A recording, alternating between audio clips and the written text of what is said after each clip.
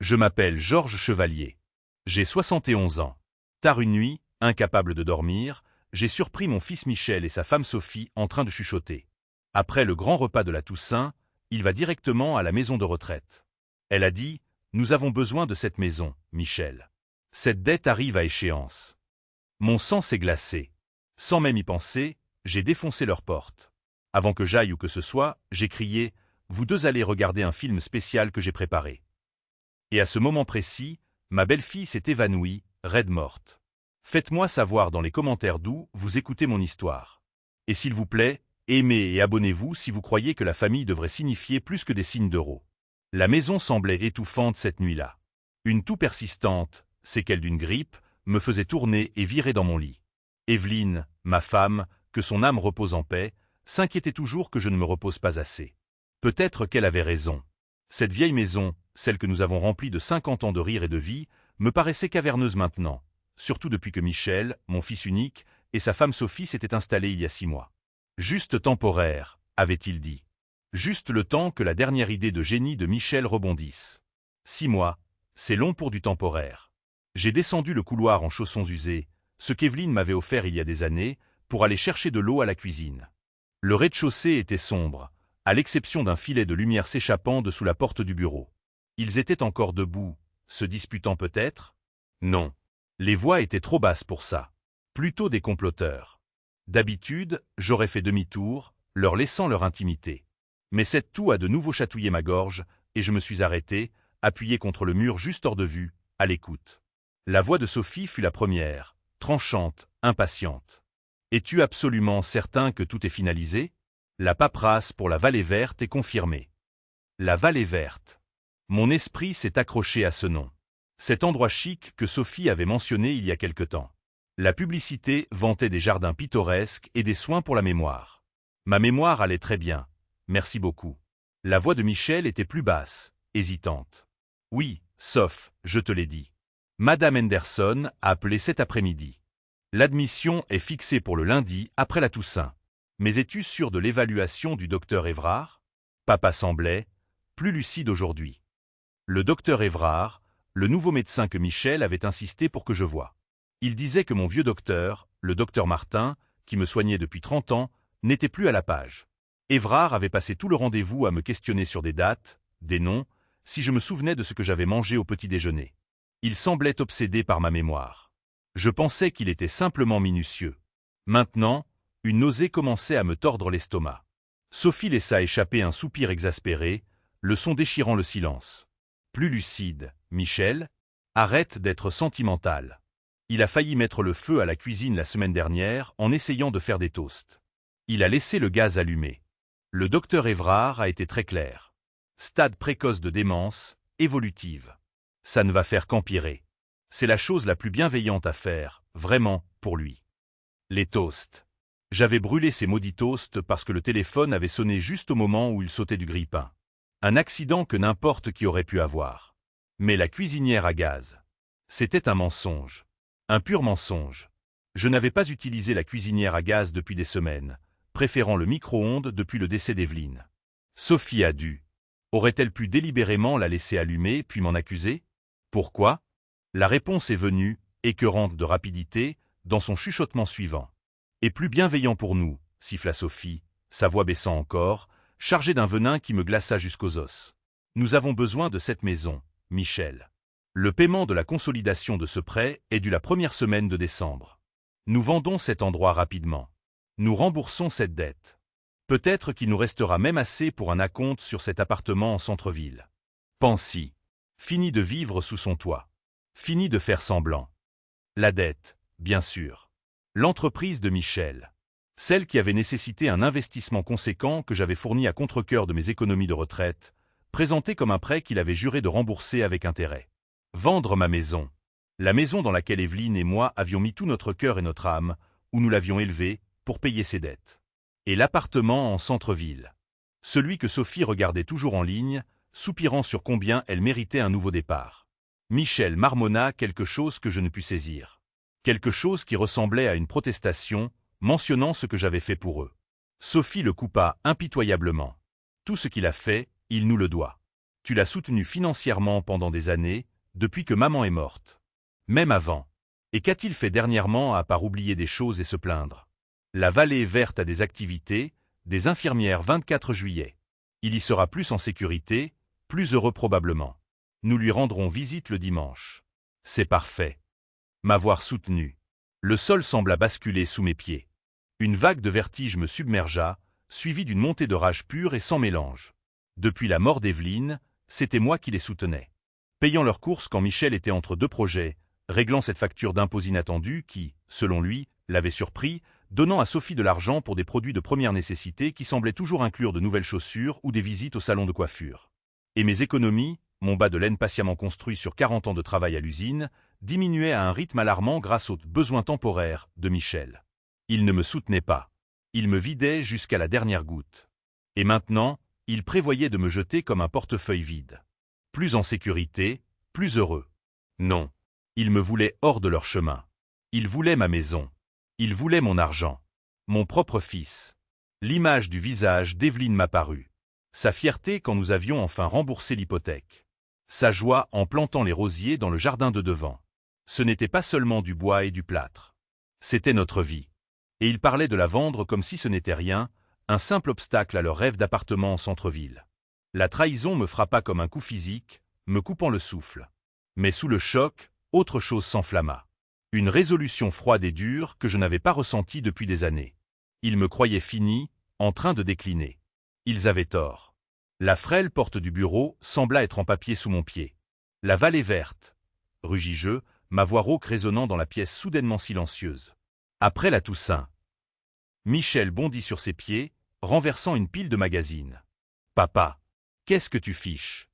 Sophie se retourna brusquement, son visage perdant instantanément toute couleur, sa main volant vers sa poitrine. Georges, tu m'as fait une peur bleue. Tu ne devrais pas écouter aux portes. C'est impoli. Impoli. J'entrai dans la pièce, mes chaussons claquant contre le parquet. La faiblesse persistante de la grippe avait disparu, consumée par la fureur. Plus en sécurité ici, crachez-je les mots. Ou simplement hors de votre chemin pour que vous puissiez vendre ma maison sous mon nez pour payer vos dettes. Je pointai un doigt vers la télévision élégante et ridiculement grande fixée au mur. Une monstruosité de 65 pouces qu'ils avaient jugée essentielle le mois dernier, achetée sans doute avec l'une des cartes de crédit que je payais encore bêtement. Avant que j'aille où que ce soit, avant que vous ne m'expédiez pourrir dans une prison de luxe que vous appelez une maison de retraite, vous deux allez vous asseoir là et regarder un film spécial que j'ai préparé. Les yeux de Sophie s'écarquillèrent de terreur pure. Elle ouvrit la bouche comme pour crier, mais seul un hoquet étranglé s'en échappa. Son corps devint flasque, ses yeux se révulsèrent, et elle s'effondra sur le sol en un tas informe. Sophie. Sauf. Hurla Michel, tombant à genoux à côté d'elle, la secouant frénétiquement par l'épaule. Papa, regarde ce que tu as fait. Elle s'est évanouie, fiston. Il leva les yeux vers moi, son visage un désordre d'émotions contradictoires. Peur, culpabilité, colère, mais surtout une panique totale. Quel film? De quoi tu parles? Qu'est-ce que tu as fait? Je restais là, respirant lourdement, regardant la scène. Mon fils berçant sa femme inconsciente, l'architecte de ma disparition programmée. L'ironie ne m'échappa pas. Il pensait que la partie était terminée. Il pensait avoir gagné. Il ne savait pas que je venais de rebattre les cartes. Et je tenais tous les atouts. Le spectacle, comme on dit, ne faisait que commencer. Sophie remua sur le sol, clignant des yeux comme une biche surprise. Michel planait au-dessus d'elle, lui tapotant la joue, sa voix un murmure frénétique. « Soph, ma chérie, ça va? Parle-moi. » Elle regarda autour d'elle, confuse pendant une seconde. Puis ses yeux se posèrent sur moi, debout près de l'embrasure de la porte. La terreur inonda de nouveau son visage. « Éloignez-le de moi », gémit elle, se recroquevillant contre les jambes de Michel. Michel l'aida à s'asseoir, me lançant un regard mêlé de colère et de supplication. « Papa, sérieusement? Regarde ce que tu as fait. Tu lui as fait une peur bleue en débarquant comme ça, en criant des absurdités. Film, maison de retraite. Qu'est-ce qui te prend? » Il essayait de reprendre le contrôle, de me dépeindre comme l'instable, la source du problème. Classique de Michel, toujours en train de dévier. Je laissai échapper un souffle tremblant, convoquant chaque once de talent d'acteur que je ne savais pas posséder. Je me frottais les tempes, m'appuyant lourdement contre le cadre de la porte. Film? Ai-je dit film? Oh, mon Dieu! Je ne sais pas ce qui m'a pris. Ça doit être la grippe qui traîne. Ou peut-être, juste peut-être, je suis plus fatigué que je ne le pensais. Ma voix tremblait légèrement, juste assez. Je laissais mes épaules s'affaisser, mon regard dérivait vaguement dans la pièce. La vallée verte. C'est ce que j'ai entendu? Pauvre vieux moi. Je dois encore rêver debout. Pardonner à un vieil homme, Sophie, Michel. Je ne voulais pas causer de soucis. Sophie me dévisagea, les yeux plissés, la suspicion luttant avec le soulagement.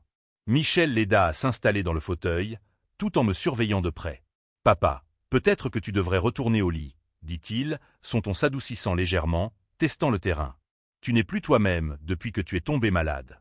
Nous sommes juste inquiets pour toi. » Inquiets pour moi? Ou inquiets que j'ai surpris leur plan pourri? À l'intérieur, ma colère couvait, un nœud froid et dur dans mon estomac. Ils pensaient que je perdais la tête. Bien. Parfait. Laissez-les penser que le vieil homme succombait enfin à l'âge et à la confusion. Laissez-les se détendre. Laissez-les devenir négligents. J'avais vu le calcul dans les yeux de Sophie, la faiblesse dans ceux de Michel. Ils m'avaient sous-estimé, et ce serait leur chute. Oui, fiston, marmonnai-je en traînant des pieds. Le lit semble une bonne idée. J'avais juste besoin d'un peu d'eau. Longue nuit. Désolé encore. Je me tournai lentement, délibérément, laissant ma main trembler en attrapant de nouveau le cadre de la porte, et je retournai dans le couloir vers ma chambre, sentant leurs yeux me transpercer le dos. Je ne me retournai pas. Le masque du vieil homme frêle et confus resta fermement en place, jusqu'à ce que la porte de ma chambre se referme derrière moi. Alors, le tremblement cessa. Le regard vide disparut. Mes yeux se durcirent. Un film? Oh oui, il y aurait un film, et ils en seraient les vedettes involontaires. Le lendemain matin, je continuai mon numéro. Je descendis tard pour le petit déjeuner, l'air légèrement désorienté. J'oubliais où se trouvaient les filtres à café, renversai un peu de lait. Sophie me surveillait comme un faucon, sa fausse sollicitude m'agaçant. « Georges, es-tu sûr que ça va? Peut-être que Michel devrait te ramener chez le docteur Évrard aujourd'hui. »« Non, ma chère, » fis-je signe de la main, d'un air faible. Juste un peu dans le brouillard ce matin. Mal dormi. Ça va maintenant. Je mangeais lentement, faisant semblant d'avoir du mal avec mes toasts. Michel évitait mon regard, absorbé par son téléphone. Ils échangèrent un regard par-dessus ma tête. Soulagement mêlé d'impatience. Ils me croyaient inoffensif, facilement gérable. Parfait. Plus tard dans la matinée, quand Michel partit pour un prétendu entretien d'embauche, bien que je soupçonne qu'il s'agissait plus probablement d'une réunion concernant cette dette imminente, et que Sophie était occupée à l'étage, planifiant probablement sa nouvelle vie dans ma maison, je passai à l'action. Je me retirai dans mon bureau, le seul endroit où il me dérangeait rarement, rempli des vieux livres d'Evelyne et de ma collection de trains miniatures. Je fermai fermement la porte et sortis le vieux téléphone à clapet que je gardais chargé dans le tiroir de mon bureau pour les urgences, celui dont ils ignoraient l'existence. Mes mains étaient stables maintenant. Premier appel, Maître Dubois. Élisabeth Dubois, vive comme l'éclair, procureure à la retraite, devenue avocate en cabinet privé. Elle s'était occupée du testament d'Evelyne il y a des années. Une femme qui ne mâchait pas ses mots. Exactement ce dont j'avais besoin. Le téléphone décrocha à la deuxième sonnerie. Cabinet d'avocat Dubois. Sa voix était nette, professionnelle. Élisabeth, c'est Georges Chevalier. Ma voix était basse, urgente. J'ai besoin de vous voir dès que possible. C'est une affaire de famille délicate. Très urgente. Il y eut une pause. Georges, cela fait des années. Tout va bien? Vous semblez stressé. Je ne peux pas parler maintenant, chuchotai-je, jetant un coup d'œil vers la porte fermée. Mais j'ai besoin de votre expertise de toute urgence. Quand pouvez-vous me recevoir? Elle comprit immédiatement le ton. Plus de questions. J'ai une annulation demain matin, 10 heures. À mon bureau. Apportez tout ce que vous pensez pertinent. Merci, Élisabeth. 10 heures. Je raccrochai avant qu'elle ne puisse en demander plus. Un de fait. Appel suivant, Jean-Pierre Martin, mon plus vieil ami. Il habitait au bout de la rue. Ingénieur à la retraite, un magicien des gadgets et loyal comme personne. Si quelqu'un pouvait m'aider avec le côté technique des choses, c'était bien Jean-Pierre. Jean-Pierre décrocha, la voix joyeuse. Georges, content de t'entendre, mon pote. Comment te sens-tu après cette grippe? Jean-Pierre, je gardai à nouveau ma voix basse. Pas très bien, en fait. Écoute, j'ai besoin de ton aide pour quelque chose. Quelque chose de discret. Peux-tu passer plus tard? Disons vers 15 heures, quand Michel et Sophie sont généralement sortis. Discret. La gaieté de Jean-Pierre disparut, remplacée par de l'inquiétude. Que se passe-t-il, Georges? Tu as l'air effrayé. J'ai juste besoin de tes compétences techniques pour un petit projet. Élu des jeux. Plus facile à expliquer en personne. Peux-tu venir à 15 heures? Ouais, Georges. Bien sûr. Je serai là. Tu es sûr que ça va? Ça ira mieux après t'avoir parlé. À 15 heures. Je mis fin à l'appel. De fait.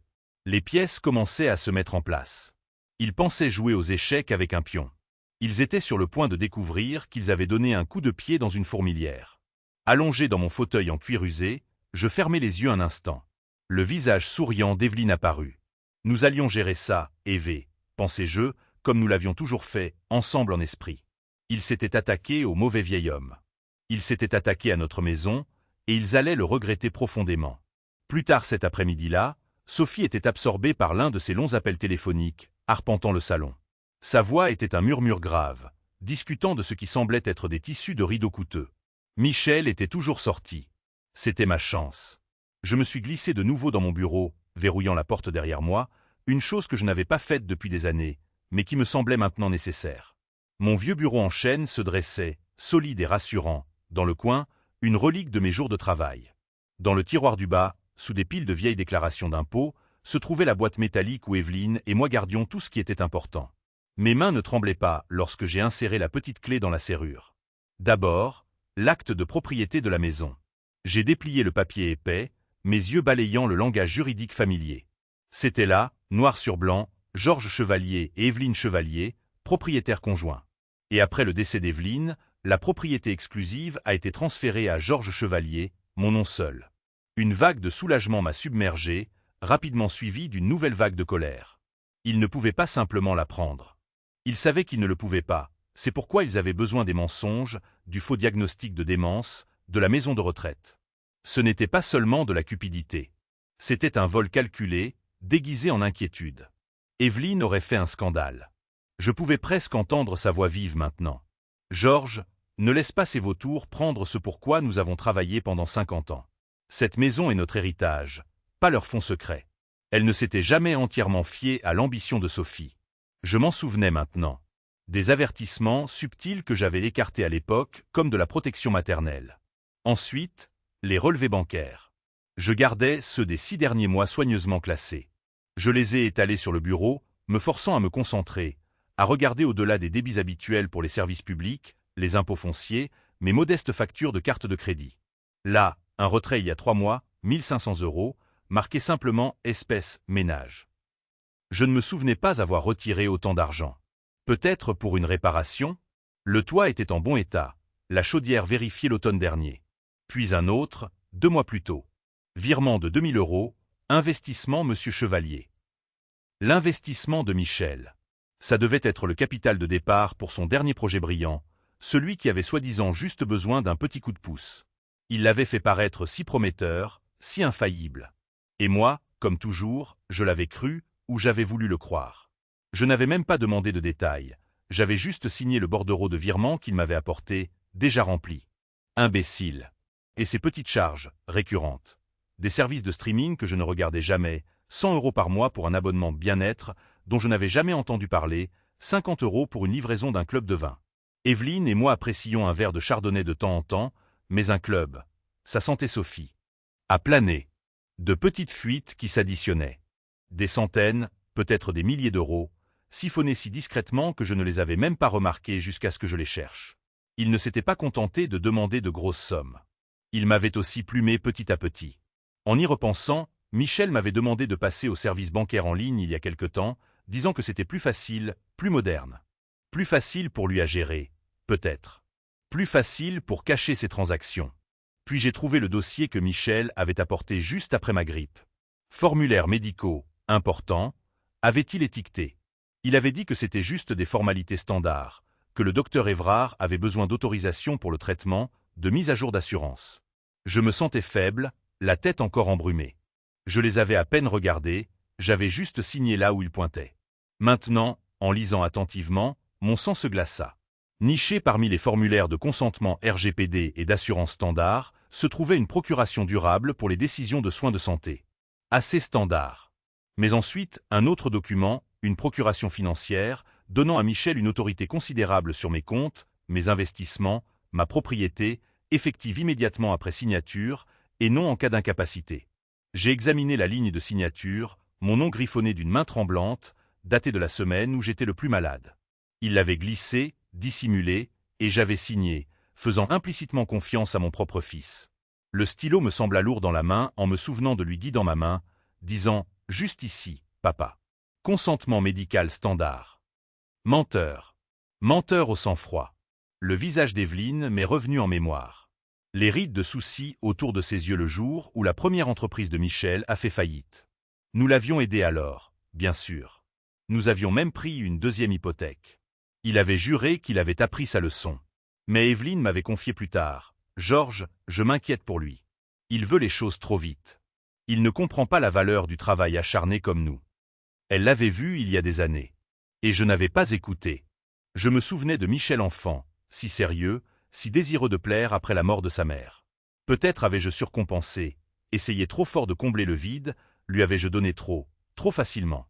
J'avais payé ses études, aidé pour l'acompte de son premier appartement, co-signé pour son premier prêt auto. Toujours en rationalisant. Il est jeune. Il a besoin d'un bon départ. C'est mon fils unique. Quand l'aide s'est-elle transformée en assistanat? Quand le soutien est-il devenu une béquille qu'il refusait de lâcher? Ce n'était pas seulement Michel, cependant. L'influence de Sophie était indéniable.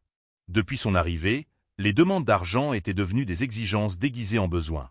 Ses goûts étaient chers. Ce nouveau sac à main de créateur qu'elle portait, prétendument une trouvaille fantastique en magasin d'usine. Les week-ends au spa avec ses amis, justifiés comme des opportunités de réseautage. Et Michel, désespéré de la garder heureuse, semblait prêt à tout, même à exploiter son propre père. Il parlait d'épargner, de se serrer la ceinture. Pourtant, il y avait toujours de l'argent pour un nouveau gadget, un dîner chic, cette énorme télévision qui criait pratiquement « Nous vivons au-dessus de nos moyens ». Mes moyens, plus précisément. J'ai rassemblé les relevés bancaires incriminants, la procuration que je n'avais pas compris avoir signée. De petits indices, oui, mais ensemble, ils peignaient un tableau accablant. Un tableau de tromperie, de manipulation et d'un droit ahurissant. Il ne s'agissait plus seulement d'une maison de retraite. Il s'agissait d'un plan délibéré à long terme pour me saigner à blanc et me jeter. La colère est revenue, froide et vive. Il pensait que j'étais fini. Il pensait détenir tout le pouvoir grâce à une signature obtenue frauduleusement et à un avis médical bidon. Ils étaient sur le point d'apprendre à quel point ils se trompaient. J'ai soigneusement mis les documents dans une enveloppe séparée, la cachant au fond de la boîte métallique. Demain, Maître Dubois verrait tout cela, et la partie commencerait vraiment. Pendant les jours qui ont suivi, j'ai joué à la perfection le rôle du convalescent légèrement confus. J'ai posé à Sophie la même question 2 fois en 1 heure. J'ai égaré mes lunettes de lecture pour que Michel les retrouve juste sur le dessus de ma tête. Je me déplaçais plus lentement, soupirais plus souvent, me plaignais doucement de douleurs que je ne ressentais pas vraiment. C'était épuisant, cette performance constante, mais nécessaire. J'ai vu Michel et Sophie se détendre, juste un peu. Leurs chuchotements tendus sont devenus moins fréquents. Leurs regards attentifs se sont adoucis, remplacés par une sorte d'impatience lasse. Ils ont commencé à me laisser seul plus souvent, supposant probablement que j'étais inoffensif, perdu dans mon propre monde brumeux. Mais ils n'étaient pas entièrement convaincus. J'attrapais parfois Sophie en train de me regarder quand elle pensait que je ne la voyais pas, une lueur de doute dans ses yeux. Une fois, j'ai vu Michel prendre mon flacon de médicaments que le docteur Évrard m'avait prescrit, un sédatif léger que je ne faisais que semblant de prendre pour vérifier le nombre de pilules. Ils restaient méfiants, poursuivant leur plan, mais peut-être avec moins d'urgence maintenant que la menace immédiate de découverte semblait passer. Ils avaient des conversations tranquilles sur la terrasse, les voix trop basses pour être entendues clairement, s'arrêtant brusquement si je m'approchais de la fenêtre. Ils étaient prudents, mais leur confiance revenait. Ils pensaient avoir repris le contrôle. Cet après-midi-là, pile à l'heure, à 15 heures, la sonnette a retenti. Sophie était à l'étage, au milieu d'un de ses longs appels personnels.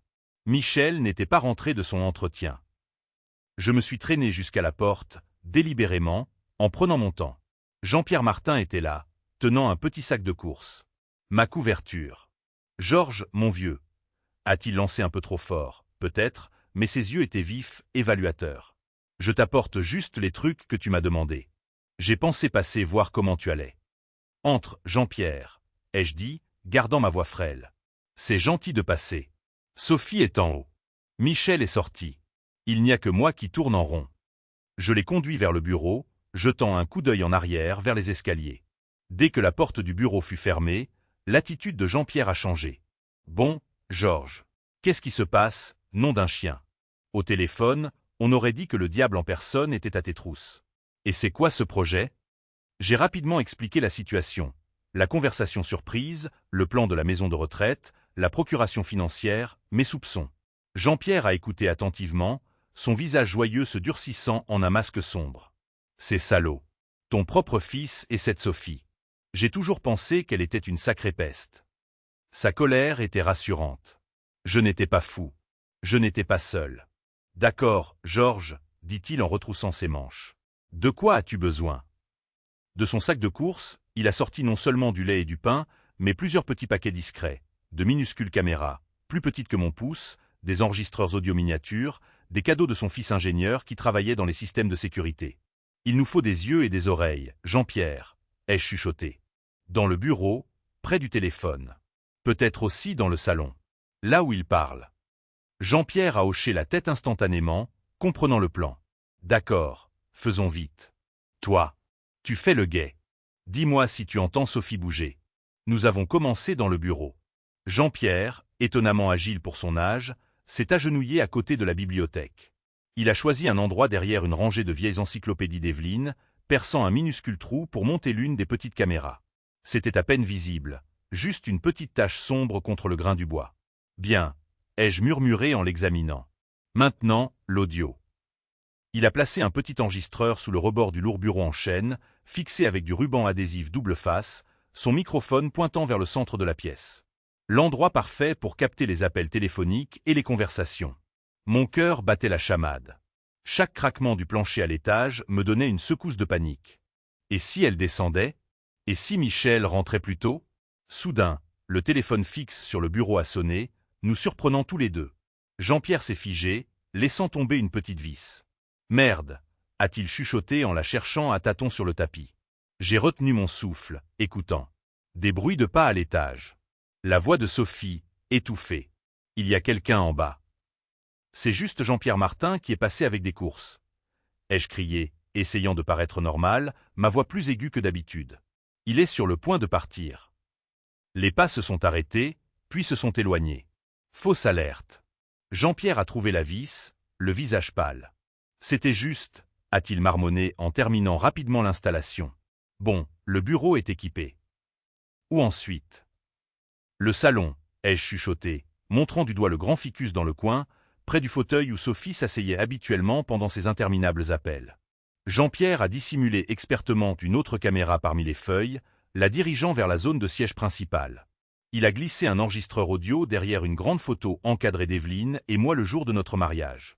Utiliser sa mémoire pour les piéger me semblait mal, mais nécessaire. Un de plus, ai-je dit. Le téléphone de la cuisine. Il parle parfois là-bas en faisant le café. Jean-Pierre a rapidement placé le dernier enregistreur audio sous le petit meuble téléphonique mural, à l'abri des regards. Fini, a-t-il chuchoté, rangeant ses outils dans le sac de course maintenant vide. Espérons que ces petits espions fassent leur travail. Il m'a tapé sur l'épaule.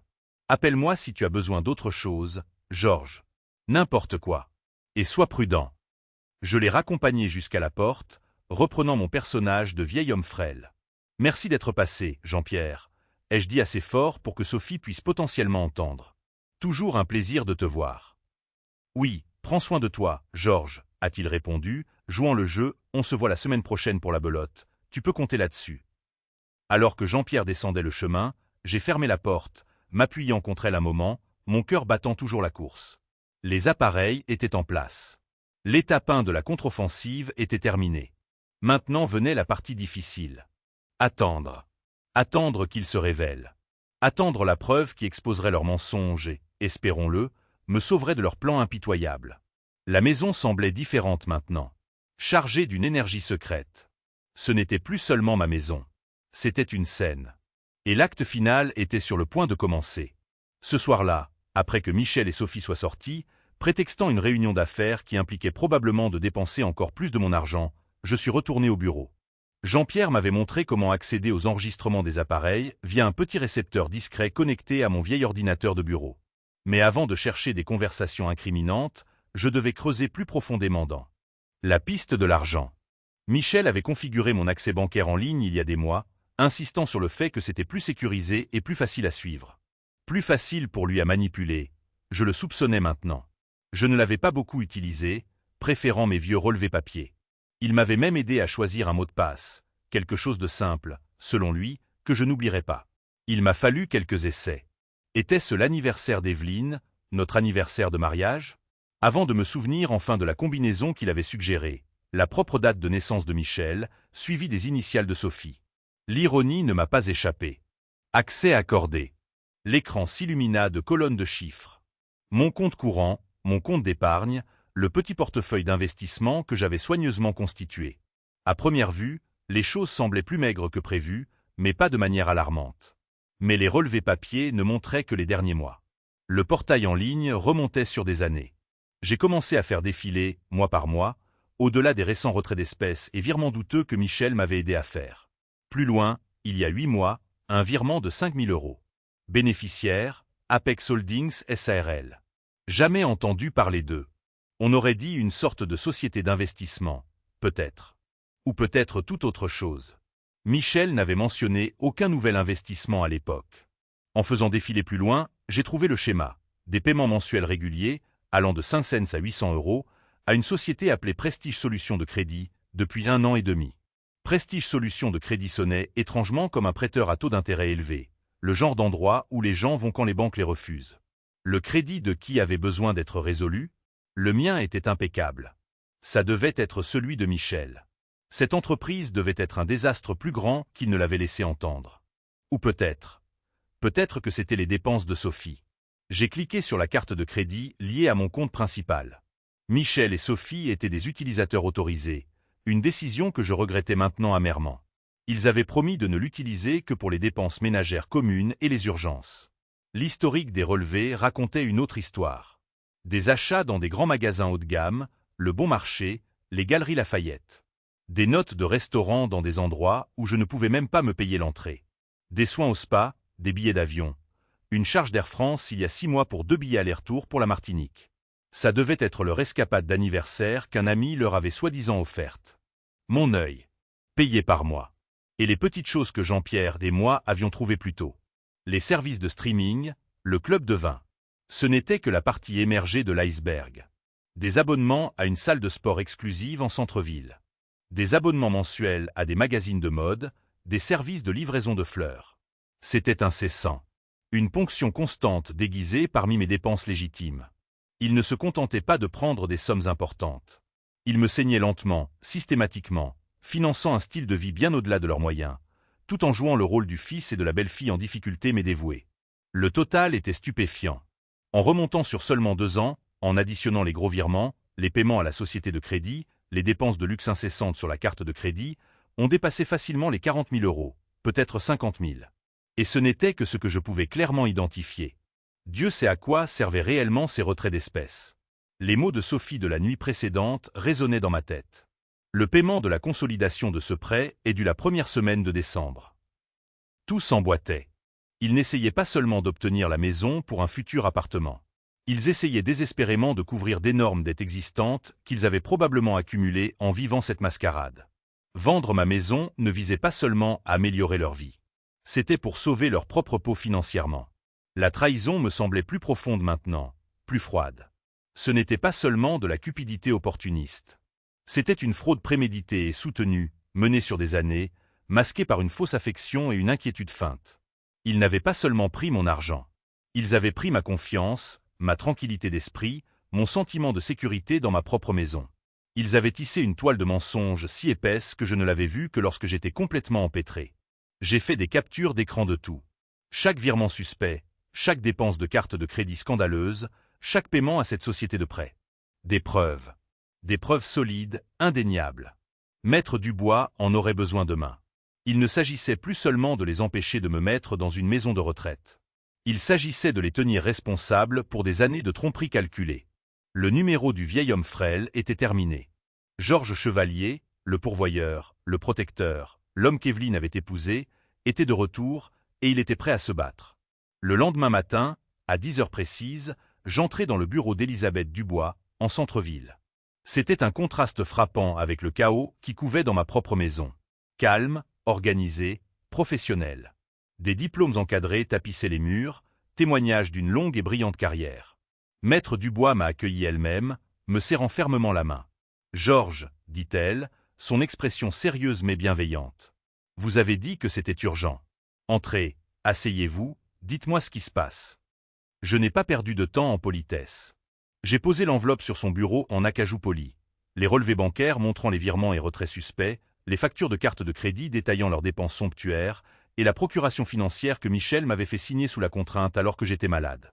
J'ai expliqué la conversation surprise, le plan de la vallée verte, la fausse inquiétude, l'évanouissement de Sophie, ma feinte confusion subséquente. Maître Dubois a écouté attentivement, ses yeux vifs parcourant chaque document pendant que je parlais. Son calme professionnel initial s'est lentement transformé en un froncement de sourcils de profonde préoccupation, puis en indignation pure et simple quand elle a lu la procuration. « C'est révoltant, Georges, dit-elle, sa voix tendue par une colère contenue. Il a glissé ça pendant que vous étiez malade. Une procuration financière effective immédiatement, pas en cas d'incapacité. Ce n'est pas seulement contraire à l'éthique. Cela frôle l'incitation frauduleuse. Tout d'abord, continua-t-elle en tapotant l'acte de propriété de la maison que j'avais également apporté. Votre propriété exclusive est claire et juridiquement solide.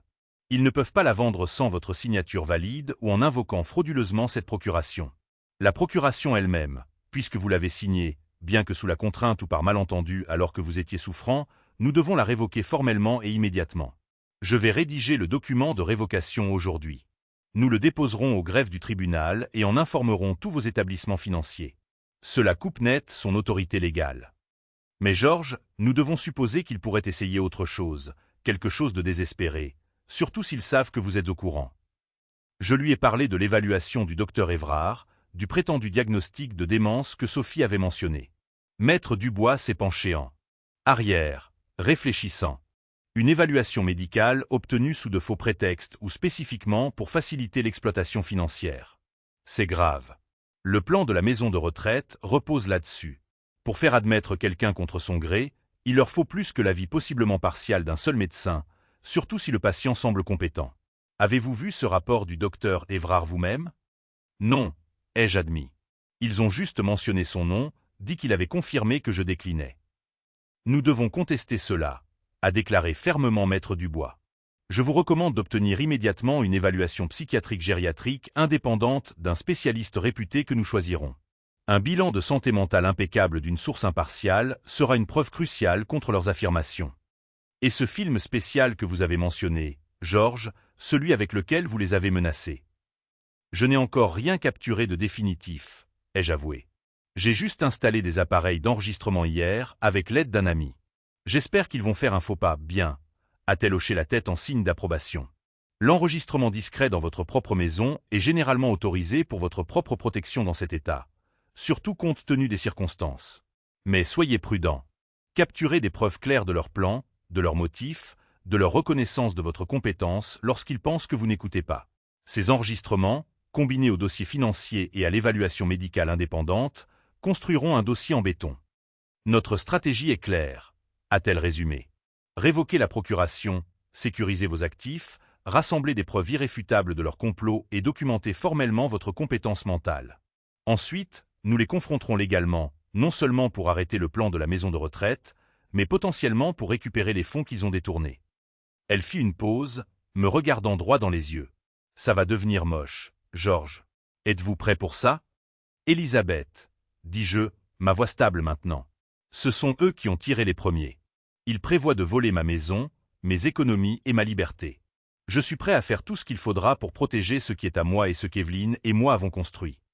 Bien, répondit-elle avec un sourire sombre. Alors, mettons-nous au travail.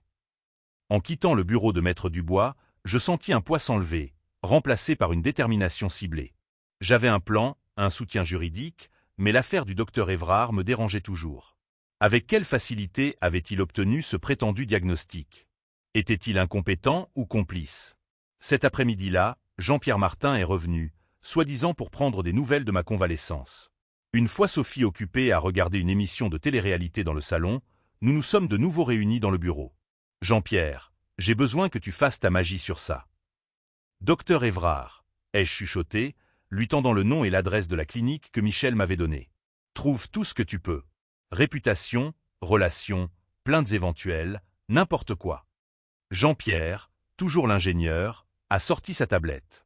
Docteur Robert Évrard, spécialisé en gériatrie. D'accord, ça a l'air légitime. Clinique en centre-ville. Voyons voir. Avis en ligne. Il a parcouru quelques sites d'avis de patients.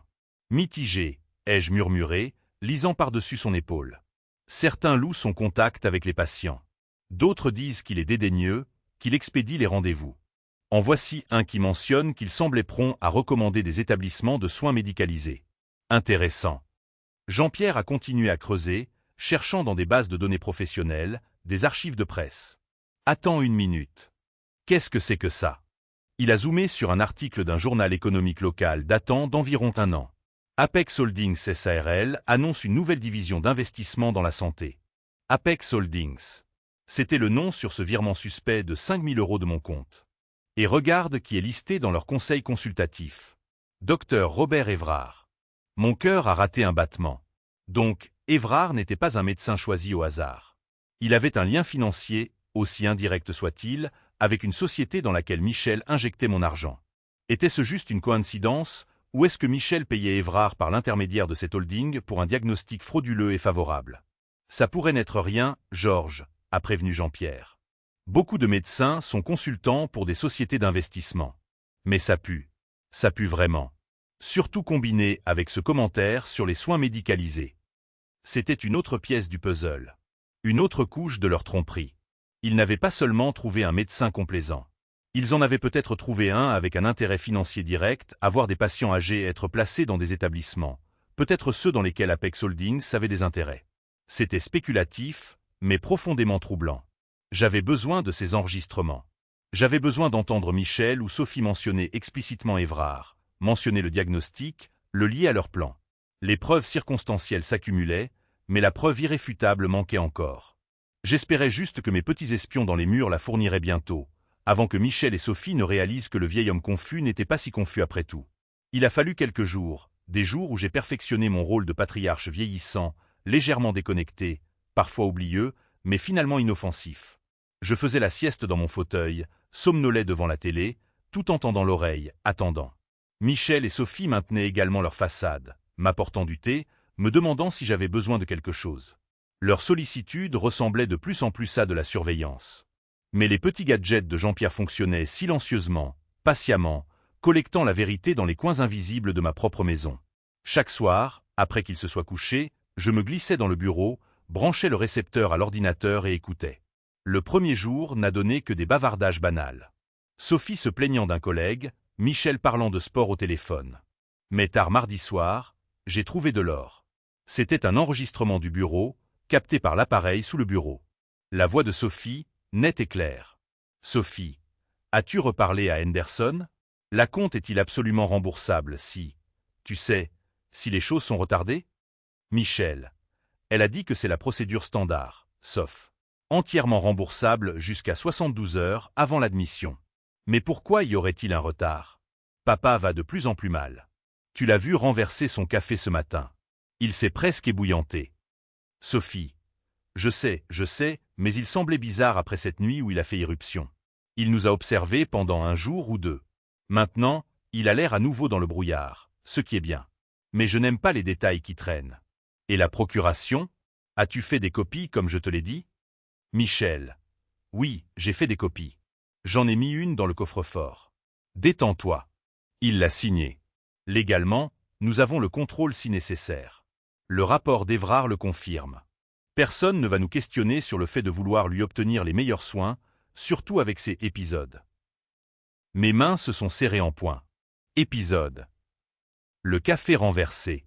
J'avais heurté la table en attrapant le journal. Un simple moment de maladresse qu'il transformait en preuve de sénilité. Et la procuration. Il avait des copies enfermées. Le rapport d'Évrard était clairement la pierre angulaire de leur plan. Ils n'espéraient pas seulement que je décline. Ils construisaient activement un dossier pour me forcer à partir si nécessaire. J'ai continué à écouter. Un autre enregistrement, celui-ci de la caméra du salon que Jean-Pierre avait caché dans le ficus. Sophie était au téléphone, sa voix dégoulinant d'une fausse douceur. Sophie. Oh, absolument, Madame Davenport. La vallée verte est merveilleuse, à la pointe de la technologie. Nous avons visité la semaine dernière. Georges, mon beau-père, il a juste atteint un point où il a besoin de plus de supervision que nous ne pouvons lui en fournir à la maison. Ça nous brise le cœur, vraiment, mais sa sécurité passe avant tout. Oui, une terrible démence qui progresse si vite. Le docteur Évrard a été une bénédiction. Oh, après les fêtes, oui. Nous voulons un dernier beau repas de la Toussaint ensemble avant la transition. Des mensonges. Une rivière de mensonges coulant si doucement, si convaincante. Elle tissait déjà le récit, se dépeignant comme la belle-fille dévouée et le cœur brisé, faisant un choix difficile mais nécessaire. Elle ne prévoyait pas seulement de me mettre à l'écart. Elle orchestrait une campagne de relations publiques pour le justifier. Mais l'enregistrement le plus accablant est venu de la cuisine, près du téléphone, hier après-midi seulement. Michel était rentré tôt. Sophie était là. Il devait penser que je faisais la sieste dans ma chambre. Michel. As-tu viré le paiement à Prestige? Ils ont encore appelé ce matin. Ils ont dit que s'ils ne recevaient pas au moins 3 000 € d'ici vendredi, ils entameraient des poursuites judiciaires. Sophie. Oui, je l'ai viré depuis le compte courant. J'ai dû d'abord déplacer de l'argent de l'épargne de papa. Il ne le remarquera pas. Il regarde à peine les relevés depuis que tu l'as convaincu que la banque en ligne était mieux. Michel. Je déteste ça, sauf. Lui mentir, prendre son argent. Sophie. Oh, grandis un peu, Michel. Ce n'est pas prendre, c'est gérer. Et c'est temporaire. Une fois la maison vendue, on rembourse tout. Prestige, les cartes de crédit, tout.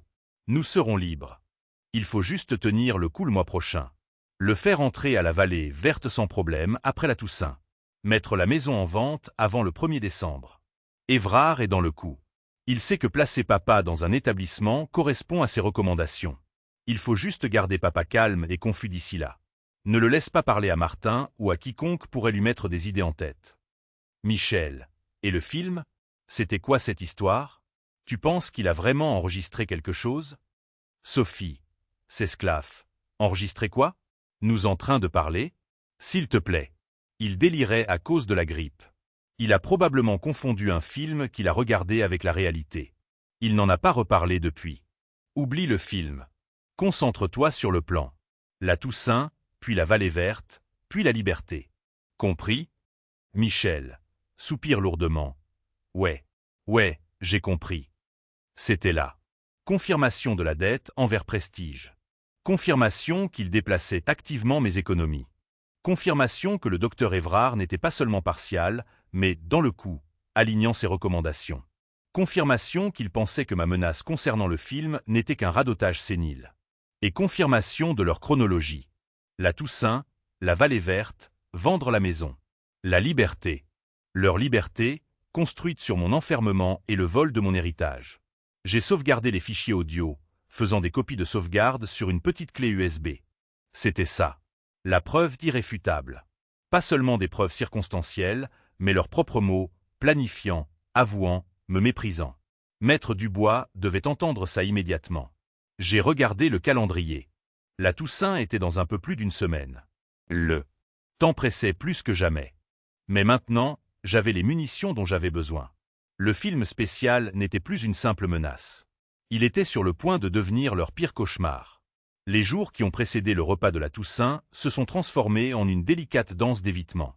Armé des enregistrements accablants et de la stratégie juridique de Maître Dubois, mon objectif principal était de temporiser, de paraître coopératif tout en étant d'une manière ou d'une autre indisponible jusqu'à l'acte final.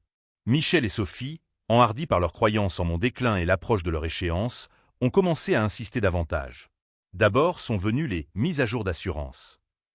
Michel m'a approché un soir après le dîner, tenant une épaisse liasse de papier et un stylo. « Papa, dit-il, sa voix excessivement patiente, comme s'il expliquait quelque chose de simple à un enfant. J'ai juste besoin de ta signature sur ces formulaires d'assurance mis à jour. Des formalités standards. On veut s'assurer que tout est en ordre pour, tu sais, l'avenir. » J'ai plissé les yeux sur les papiers, les tenant délibérément trop près, puis trop loin. Oh, mon Dieu, ma vue semble terriblement floue ce soir, Michel. Ça doit être les nouveaux médicaments que le docteur Évrard m'a donnés. Des trucs terriblement forts. Pouvons-nous regarder ça demain, quand j'aurai les idées plus claires? J'ai légèrement fait tomber les papiers, laissant quelques pages glisser au sol. Michel a soupiré, une lueur d'agacement traversant son visage avant qu'il ne la masque. Bien sûr, papa. Demain, alors. On ne veut pas fatiguer tes yeux.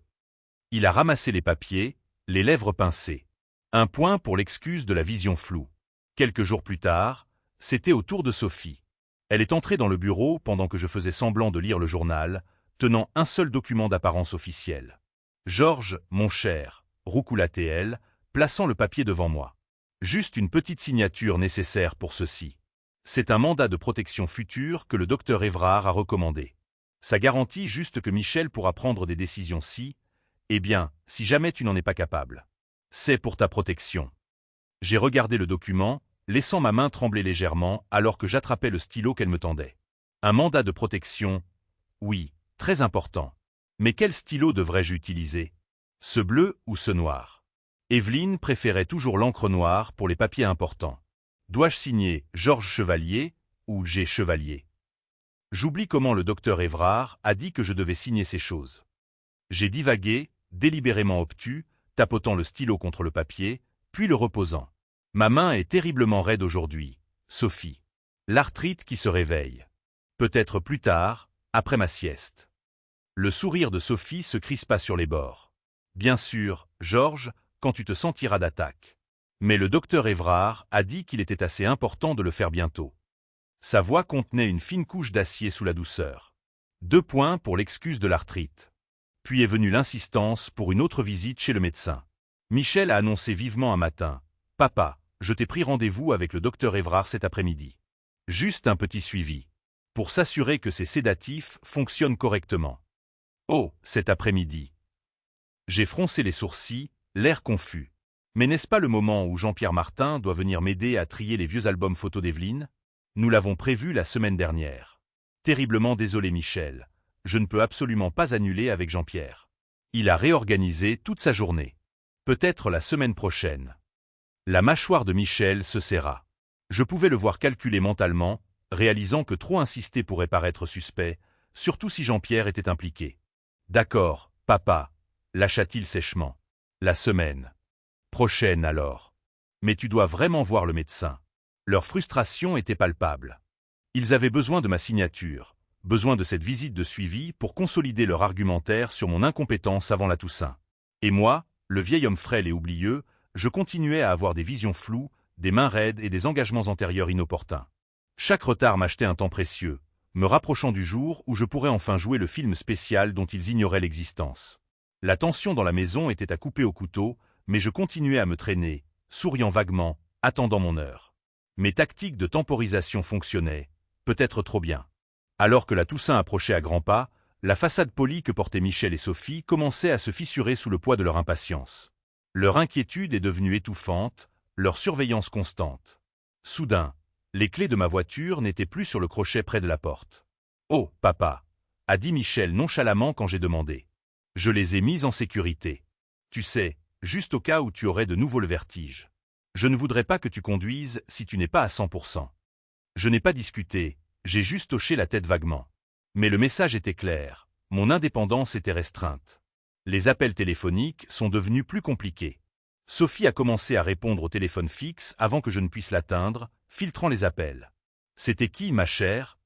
demandai-je innocemment. « Oh, juste un démarcheur téléphonique, Georges. »« Rien d'important, » répondait-elle, même si je n'avais pas entendu le téléphone sonner. Mon téléphone à clapet est devenu ma bouée de sauvetage, caché sous mon matelas, utilisé uniquement quand j'étais certain d'être seul.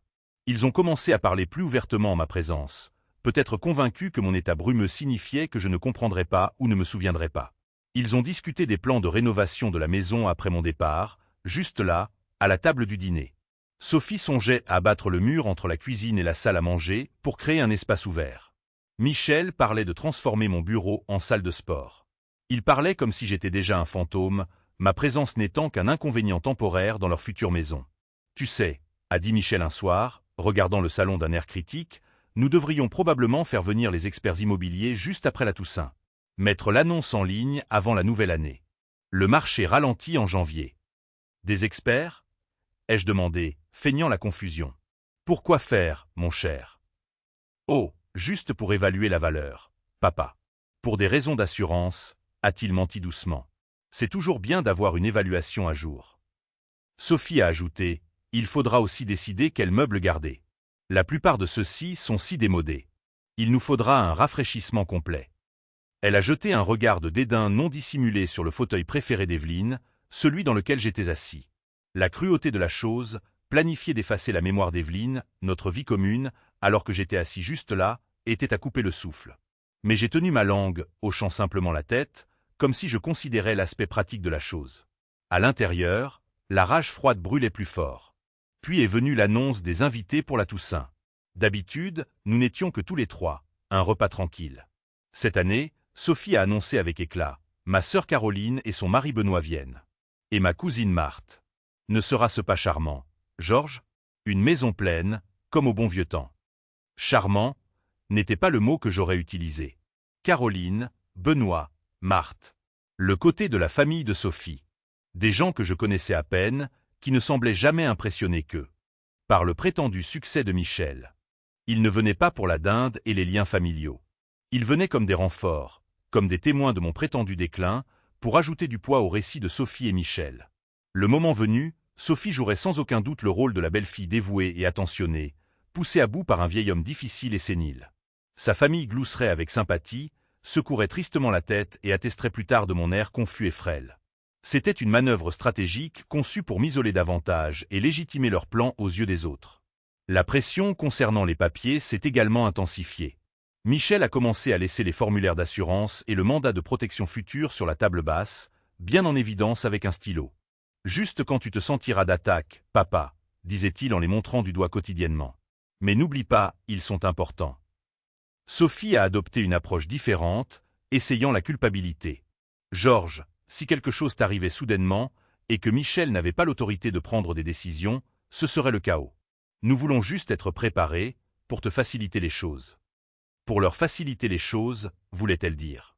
Plus facile de prendre le contrôle, plus facile de m'expédier. J'ai continué mon numéro, ramassant les papiers, les plissant des yeux, puis les reposant avec un soupir. Tellement de petits caractères, Georges. Mes yeux ne sont plus ce qu'ils étaient. Je demanderai à Jean-Pierre Martin de les regarder pour moi quand il passera. Mentionner Jean-Pierre les faisait toujours reculer légèrement. Il savait que Jean-Pierre était vif. Savait qu'il ne se laisserait pas facilement berner. Mais leur frustration montait. Je les ai entendus se disputer doucement une nuit après qu'ils aient pensé que j'étais couché. Sophie, il le fait exprès, Michel. La vision floue, les mains raides. Jean-Pierre Martin, il temporise. Et s'il savait? Michel, savait quoi? Comment pourrait-il savoir? Il est confus. Évrard l'a confirmé. Tu es paranoïaque, sauf. Il est juste vieux et têtu. Sophie, têtu ou pas, nous avons besoin de ces signatures avant la Toussaint. Henderson à la Vallée Verte a besoin des papiers d'admission finalisés pour lundi. Et la banque a besoin que la révocation de la procuration soit contrée si nous voulons accéder au compte d'épargne principal pour la compte de la maison. Le temps presse. Donc, ils savaient que Maître Dubois avait déposé la révocation de la procuration. Ils essayaient de me faire en signer une autre, ou quelque chose de similaire, pour l'annuler. Et la date limite de la Vallée Verte était le lundi après la Toussaint. Leur désespoir les rendait négligents, révélant davantage leur plan. La Toussaint n'était pas juste une date pratique. C'était leur point de départ. Le jour où le piège devait se refermer. 4 jours de plus. 4 jours de plus à jouer à ce jeu dangereux. 4 jours de plus avant que je puisse enfin révéler le film spécial qui exposerait tout. L'attente me semblait une éternité.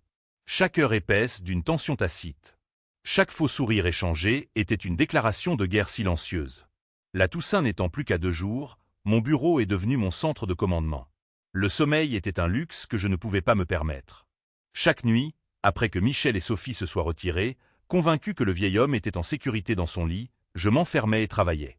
Les enregistrements capturés par les appareils de Jean-Pierre étaient un trésor de trahison.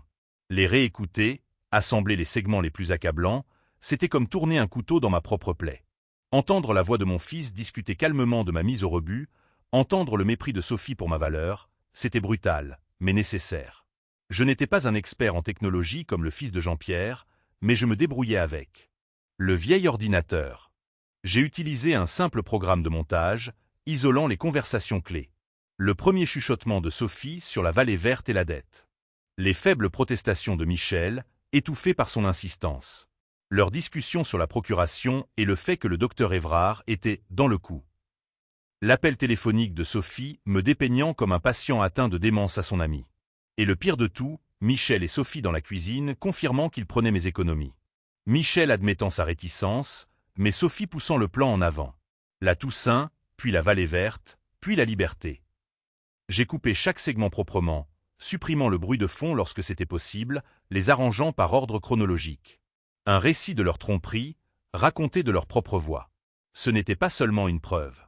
C'était leur confession, enregistrée et prête à être diffusée. Mon film spécial. Ensuite, la lecture. Je ne pouvais pas risquer de tâtonner avec des clés USB ou des connexions informatiques au moment critique. Le grand téléviseur à écran plat dans le salon.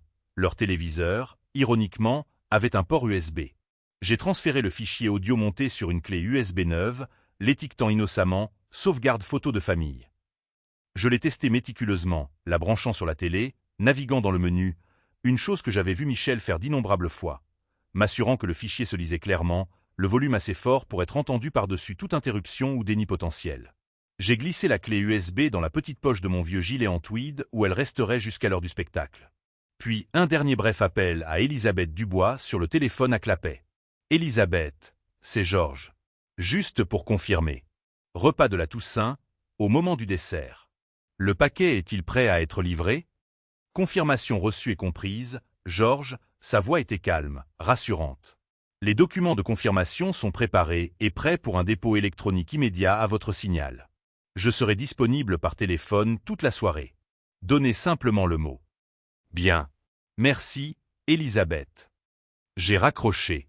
Savoir qu'elle était prête, que les rouages juridiques étaient prêts à tourner dès que je donnerais le signal, a calmé mes nerfs. Enfin, la tâche la plus importante. J'ai récupéré la boîte métallique du tiroir de mon bureau. À l'intérieur, j'ai rassemblé l'essentiel.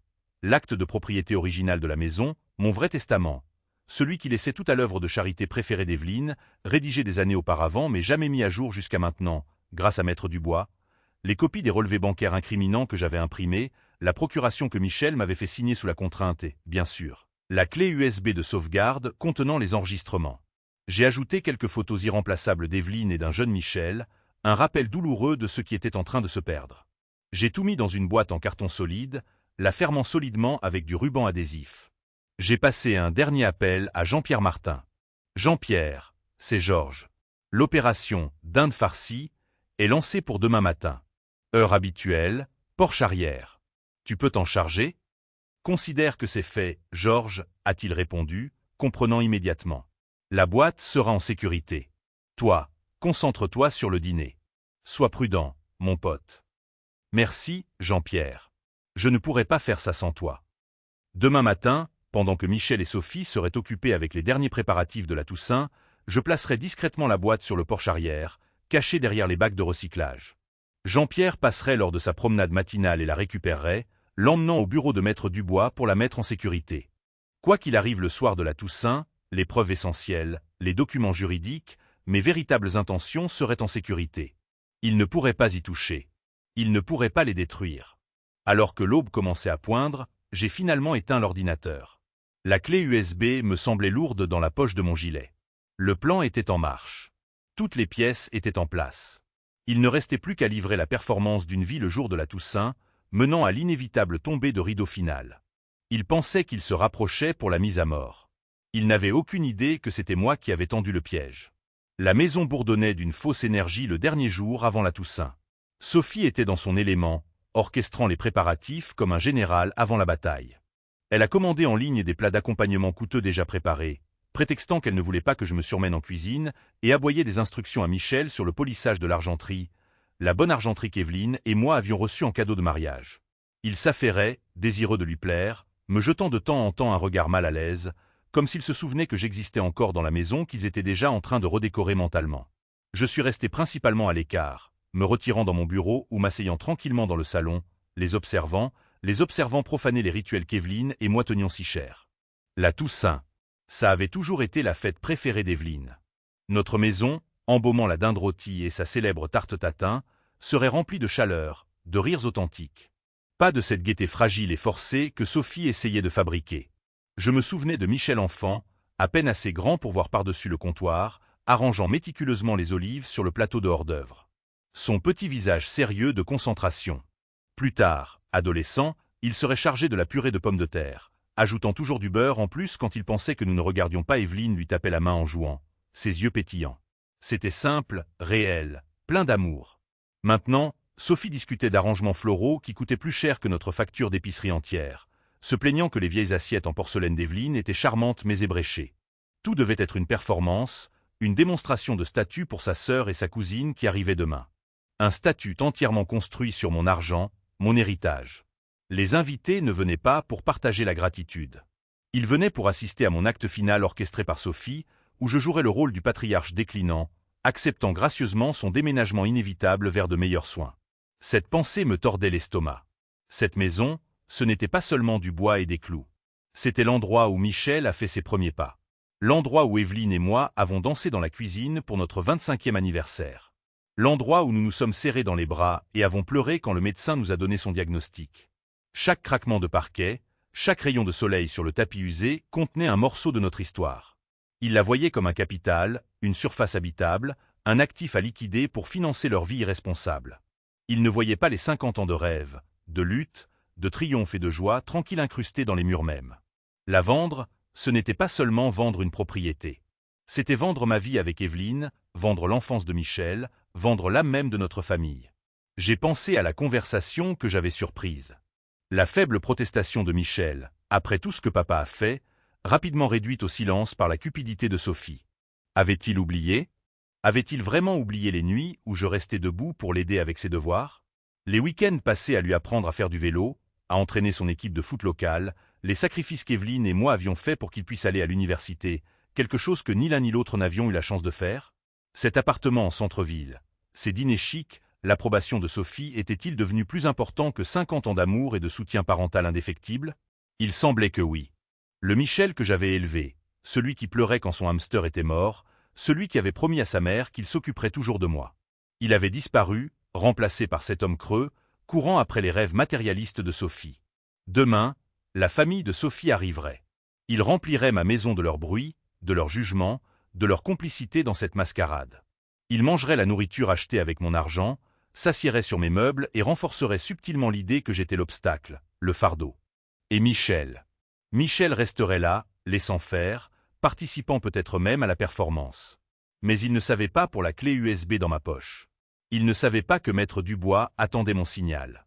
Il ne savait pas que cette Toussaint ne serait pas le début de ma fin, mais le début de la leur.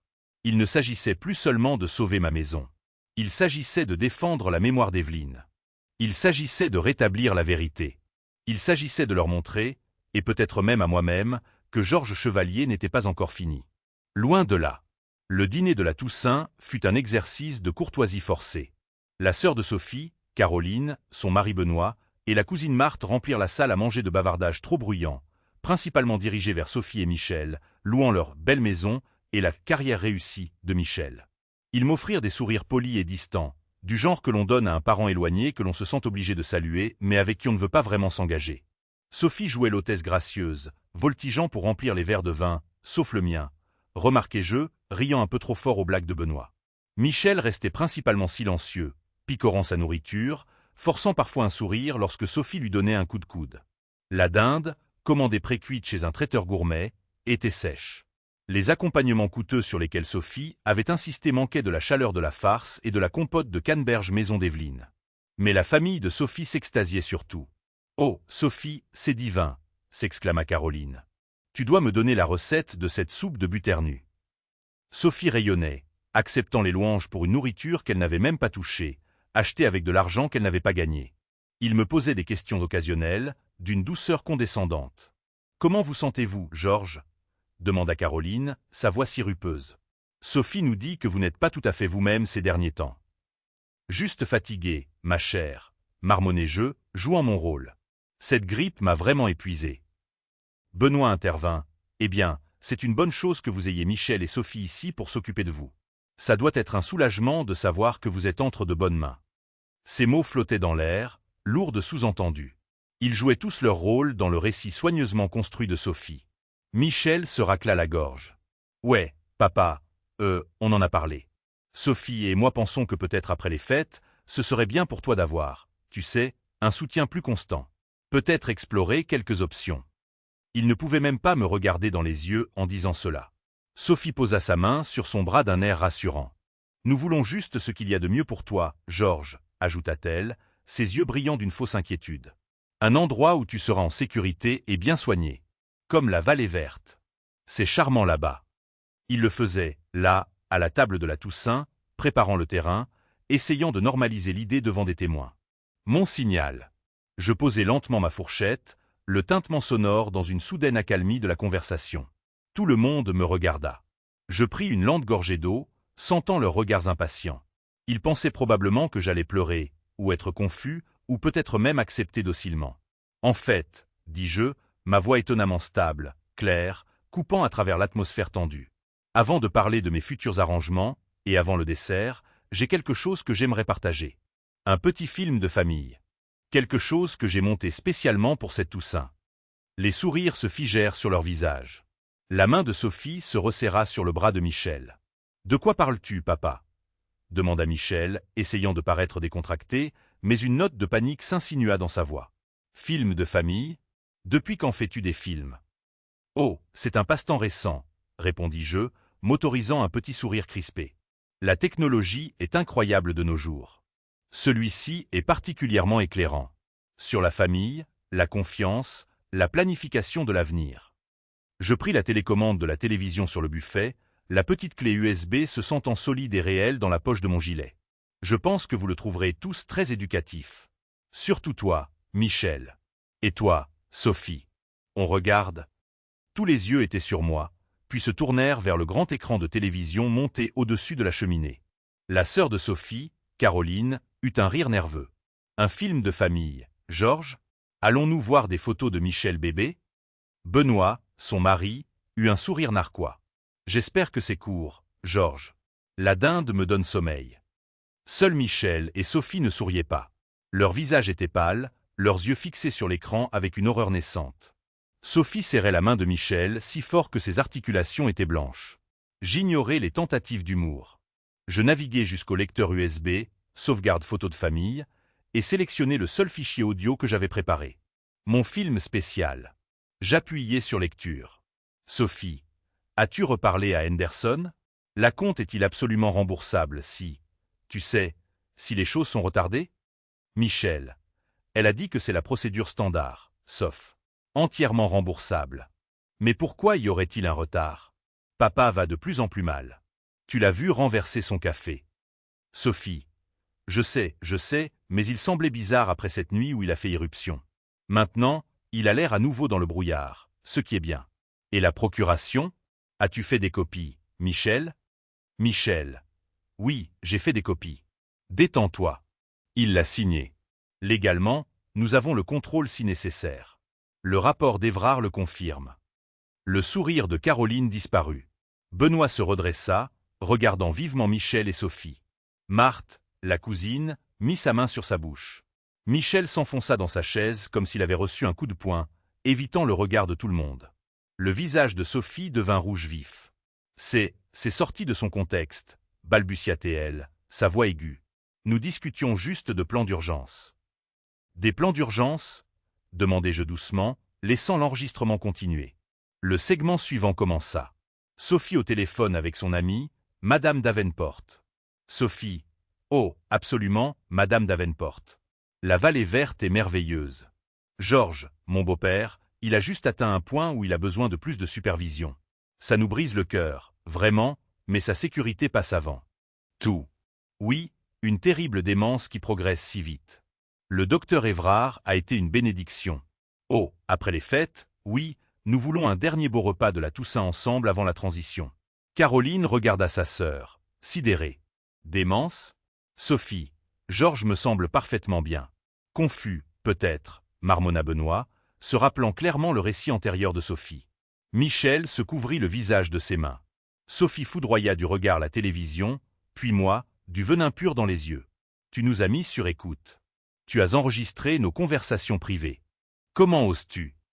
Comment j'ose? Répliquai-je, ma voix dangereusement basse.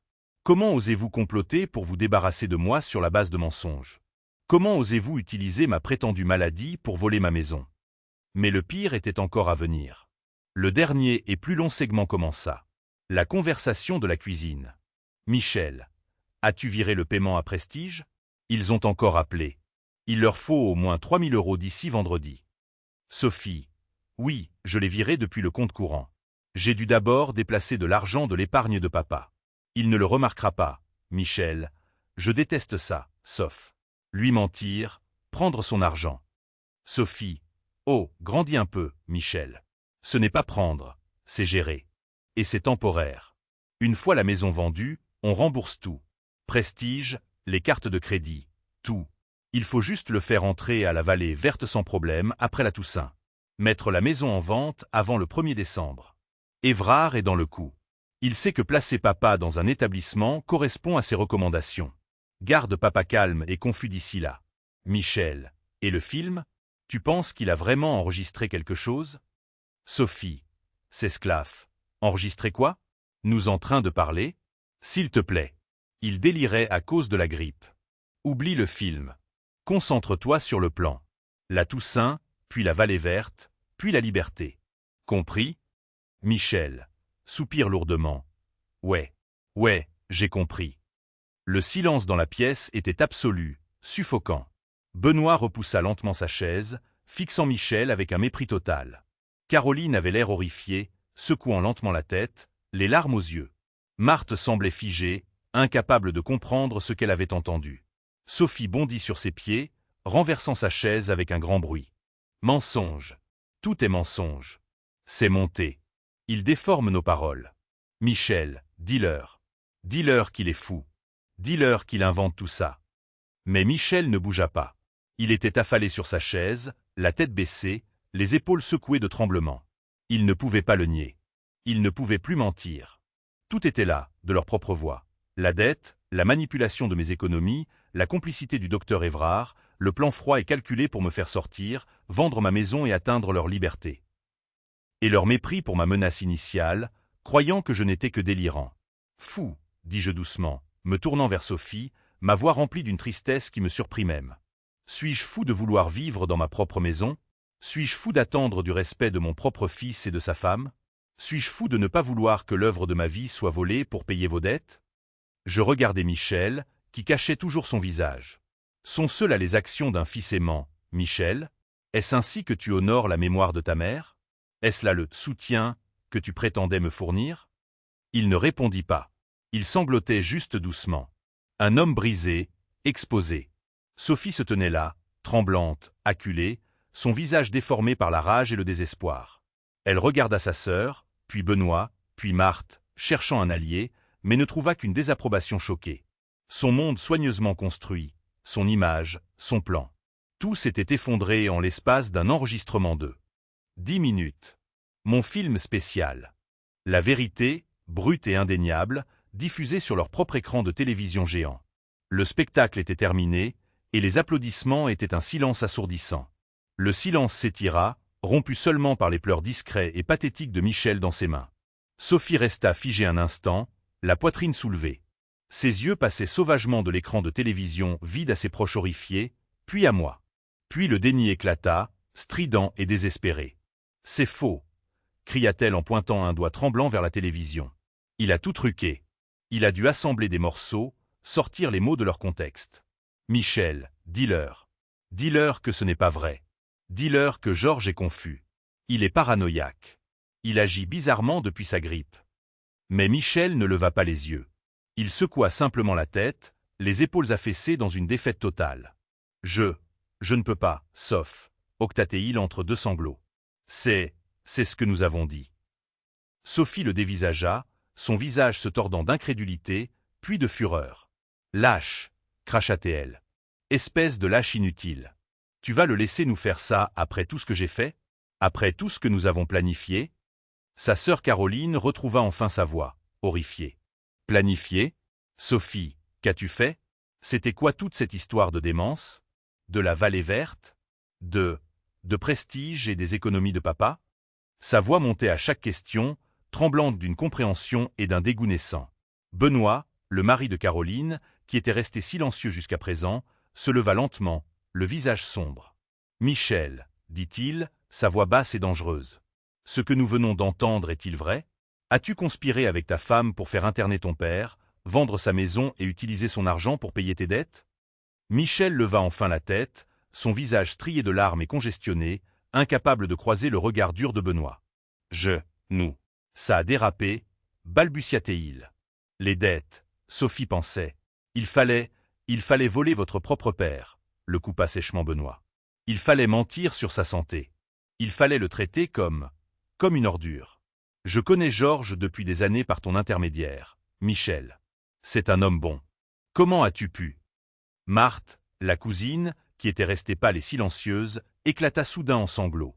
Oh, Sophie, comment as-tu pu être si cruelle envers ton propre beau-père, prévoyant de le mettre dans une maison, parlant de lui comme s'il était déjà mort? C'est monstrueux. Sophie avait l'air acculé, comme un animal piégé. Elle se retourna vers moi, les yeux flamboyants de haine. C'est de ta faute, hurla-t-elle. Tu nous as poussés à ça. Toujours à contrôler, toujours à juger, n'aidant jamais assez. Si seulement tu nous avais donné l'argent dont nous avions besoin quand nous l'avons demandé, rien de tout cela ne serait arrivé. Vous donnez de l'argent, répétai-je, incrédule. Sophie, je vous ai donné des dizaines de milliers d'euros au fil des ans. J'ai remboursé les dettes de Michel, financé ses entreprises ratées, payé votre voiture, vos vacances, votre flot incessant de produits de première nécessité. Quand cela a-t-il été suffisant? Quand cela aurait-il jamais été suffisant? Elle ouvrit la bouche pour répliquer, mais aucun son n'en sortit. L'audace pure de son accusation, le manque total de remords semblèrent stupéfier même sa propre famille. Benoît secoua lentement la tête. Caroline pleurait maintenant ouvertement, regardant sa sœur comme si elle la voyait pour la première fois. Marthe se contentait de fixer, horrifiée.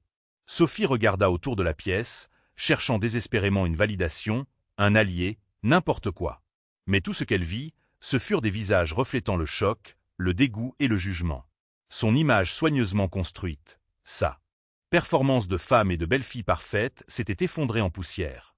La réalité de sa cupidité, de sa manipulation, de son manque total d'empathie était mise à nu pour que tout le monde la voie. La combativité sembla la quitter d'un seul coup. Son visage devint flasque, ses yeux perdus dans le vague.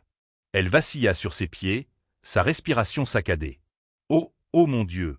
murmura-t-elle, sa main flottant vers sa tête. « J'ai le vertige. La pièce tourne. » Et puis, tout comme la nuit où je les avais confrontés pour la première fois, ses yeux se révulsèrent et elle s'effondra à nouveau sur le sol, atterrissant lourdement près de la chaise de salle à manger renversée. Caroline se précipita en avant. « Sophie!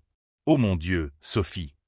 Benoît s'agenouilla à côté d'elle, vérifiant son pouls, l'air inquiet malgré sa colère évidente.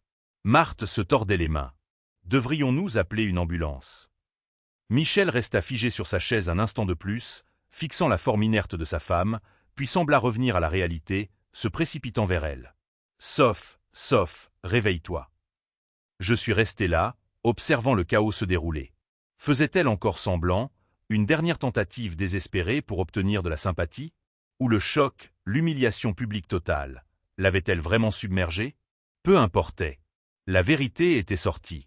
Les enregistrements avaient fait leur travail. Son évanouissement, qu'il soit réel ou feint, ne pouvait pas annuler les dégâts. Son plan était en ruine. Son caractère exposé. Et mon fils? Mon fils restait là à pleurer au milieu des décombres de la vie qu'il avait choisie, de la trahison qu'il avait permise. Le dîner de la Toussaint était bel et bien terminé. Pendant que Caroline éventait le visage de Sophie avec une serviette et que Marthe s'inquiétait d'appeler le SAMU, bien que personne ne l'ait fait, Benoît se tenait là, bras croisés, fixant Michel avec un mépris non dissimulé. Michel semblait tiraillé entre l'envie d'aider sa femme inconsciente et celle de se recroqueviller sous le regard de Benoît. L'atmosphère festive de la Toussaint s'était complètement évaporée, remplacée par l'odeur âcre de la tromperie exposée. Ignorant le mélodrame qui se déroulait sur le sol de mon salon, j'ai calmement sorti mon vieux téléphone à clapet. Mes mains étaient maintenant parfaitement stables. J'ai composé le numéro que Maître Dubois m'avait donné pour cette occasion précise. Il a sonné une fois. Dubois. La voix d'Élisabeth Dubois est parvenue, nette et professionnelle. Élisabeth, c'est Georges Chevalier. C'est l'heure. Pourriez-vous parler à mon fils et à ses invités? J'ai appuyé sur le bouton du haut-parleur, tenant le téléphone légèrement en l'air pour que tout le monde puisse entendre. Maître Dubois, certainement, Georges. Bonsoir à tous. Je m'appelle Élisabeth Dubois. Je suis le conseil juridique de Georges Chevalier. Je comprends que vous venez tous d'être mis au courant d'informations troublantes concernant le fils de Monsieur Chevalier, Michel, et sa femme, Sophie. Michel leva brusquement les yeux de Sophie, son visage pâlissant encore plus. Une avocate? Papa, qu'est-ce que c'est que ça? Maître Dubois. Monsieur Michel Chevalier, votre père m'a consulté il y a plusieurs semaines concernant des préoccupations d'exploitation financière potentielle et d'influence indue. J'ai examiné une documentation financière complète, y compris des relevés bancaires, des relevés de cartes de crédit et un certain document de procuration obtenu dans des circonstances douteuses alors que Monsieur Georges Chevalier se remettait d'une maladie. Cette procuration a déjà été légalement révoquée et tous les établissements financiers concernés en ont été informés. Sophie, qui avait commencé à remuer de nouveau en gémissant doucement, se figea à la mention de la procuration révoquée. Ses yeux s'ouvrirent en papillotant, se fixant sur le téléphone dans ma main avec une compréhension naissante. Maître Dubois. De plus, j'ai été mis au courant d'enregistrements audio capturant des conversations entre Michel et Sophie Chevalier dans l'enceinte de la résidence privée de Monsieur Georges Chevalier. Ces enregistrements, qui documentent des discussions sur des dettes, le détournement des fonds de Monsieur Chevalier, un complot en vue de commettre une fraude financière sur personnes âgées et des plans pour interner involontairement Monsieur Chevalier dans un établissement de soins sur la base d'une évaluation médicale potentiellement falsifiée, ont été obtenus légalement en vertu des lois de cet État sur le consentement unilatéral concernant les enregistrements effectués dans son propre domicile. Ils constituent des preuves recevables. Benoît hocha lentement la tête. Caroline haleta. Marthe semblait sur le point de s'évanouir elle-même. Maître Dubois. Sur la base de ces preuves, Monsieur Georges Chevalier exige que Michel Chevalier, Sophie Chevalier et tout invité non autorisé quitte immédiatement cette propriété. Le non-respect de cette demande entraînera l'intervention des forces de l'ordre pour vous expulser pour violation de propriété. Sophie se redressa d'un bond, ignorant la tentative de Caroline de l'aider. Violation de propriété? C'est aussi notre maison. Le père de Michel nous a invités. Maître Dubois. Cette invitation, Madame Chevalier, reposait sur la confiance familiale, une confiance que vous et votre mari avez manifestement violée. Monsieur Georges Chevalier révoque par la présente formellement toute permission précédemment accordée pour que vous résidiez ici. Vous avez 1 heure pour rassembler vos effets personnels essentiels et partir. Maître Dubois. De plus, Monsieur Michel Chevalier, vous devez savoir que nous préparons une action en justice civile pour recouvrer des fonds substantiels transférés ou dépensés sans le consentement éclairé de Monsieur Georges Chevalier, totalisant potentiellement plus de 50 000 € sur la base des examens préliminaires. Nous signalons également le docteur Robert Évrard à l'ordre des médecins pour enquête concernant son évaluation et sa complicité potentielle dans ce stratagème. Enfin, en fonction des résultats de l'enquête plus approfondie, des poursuites pénales pour complot et abus de faiblesse sur personnes âgées pourraient être engagées. Michel fixa le téléphone, sans voix, l'air complètement brisé. Maître Dubois. Monsieur Georges Chevalier est prêt à prendre toutes les mesures juridiques nécessaires pour se protéger et protéger ses biens. Je vous conseille vivement, Michel et Sophie, de vous conformer à la demande de quitter les lieux immédiatement et de consulter votre propre conseil juridique concernant les questions graves que je viens d'exposer. Georges, rappelez-moi une fois qu'ils seront partis, ou si vous avez besoin de l'assistance de la police. Merci, Élisabeth, dis-je calmement et je mis fin à l'appel. Je regardai autour de la pièce. Benoît croisa mon regard avec un air de respect sombre. Caroline évitait mes yeux, se concentrant sur sa sœur avec un mélange de pitié et de honte. Marthe donnait l'impression de vouloir disparaître. Et Michel. Michel était juste assis par terre à côté de Sophie, toute combativité l'ayant quitté. Sophie me foudroya du regard, une haine pure émanant d'elle. Mais la combativité l'avait quittée elle aussi. Elle savait qu'elle était vaincue. La voix calme et autoritaire de l'avocate avait scellé leur sort plus efficacement que n'importe quelle dispute n'aurait pu le faire. Le film spécial avait été projeté, et maintenant le générique de fin défilait sur leur temps dans ma maison. Sophie se releva en chancelant, le visage un masque d'incrédulité et de fureur. Avocate. Procès. Procuration révoquée. Michel, qu'est-ce qui se passe? Qu'est-ce que tu l'as laissé faire? C'est ta faute. Tu étais censé le gérer. Tu étais censé t'assurer qu'il signe les nouveaux papiers. Michel se releva enfin du sol. Ça. Voix montant, teinté d'hystérie. Ma faute? C'est toi qui as poussé pour tout ce plan de la vallée verte. C'est toi qui as fait exploser les plafonds des cartes. C'est toi qui as parlé à Évrard.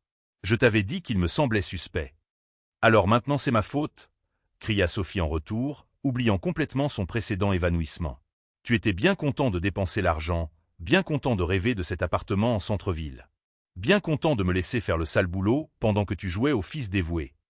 Leur dispute odieuse emplit la pièce, un spectacle pathétique de reproches et de récriminations. Caroline tenta d'intervenir. Sophie, Michel, s'il vous plaît, pas maintenant. Mais ils l'ignorèrent, perdus dans leur propre spirale toxique. Benoît les observait simplement, secouant la tête avec dégoût. Marthe donnait l'impression de vouloir que le sol l'engloutisse. Sophie se tourna soudainement de nouveau vers moi, les yeux fous. « Tu ne t'en tireras pas comme ça, Georges, » siffla-t-elle. « Nous nous battrons. Nous dirons à tout le monde à quel point tu es sénile. Nous trouverons des médecins, de vrais médecins. Nous prouverons que tu es incompétent. Tu verras. Tu finiras à la vallée verte d'une manière ou d'une autre, et nous aurons ce qui nous revient. » Ces menaces sonnaient creux maintenant. L'agitation désespérée de quelqu'un qui savait avoir perdu. Je la laissai fulminer un instant, puis lever une main, la faisant taire au milieu d'un cri. « Assez, dis-je, ma voix tranchant le bruit, calme mais absolu. Il n'y aura plus de disputes, plus de menaces. Il n'y aura que des conséquences. » Soutenue par mon conseil juridique, maître Élisabeth Dubois, voici les conditions. Je fis une pause, laissant le poids de mes mots s'installer. Premièrement, toi, Michel, et toi, Sophie, vous quitterez ma propriété immédiatement. Maître Dubois vous a donné 1 heure. Ce délai a commencé au moment où elle a raccroché. Vous ne prendrez que vos effets personnels essentiels. Tout ce qui a été acheté avec mon argent, directement ou indirectement via ces cartes de crédit, reste ici. Michel commença à protester. « Papa, attends. Où sommes-nous censés aller? Nous n'avons. » Deuxièmement, continuai-je en l'ignorant. Comme l'a déclaré Maître Dubois, tous les liens financiers sont rompus. Le compte joint est fermé. Les cartes de crédit que vous déteniez sont annulées. La procuration que vous m'avez fait signer sous la contrainte est révoquée et légalement nulle. Vous ne recevrez plus un centime de moi. Jamais. Sophie halta, semblant véritablement frappée pour la première fois. Pas d'argent, mais le loyer, le paiement de la voiture. Troisièmement, poursuivis-je, implacable. Mon dernier testament est en cours de modification formelle.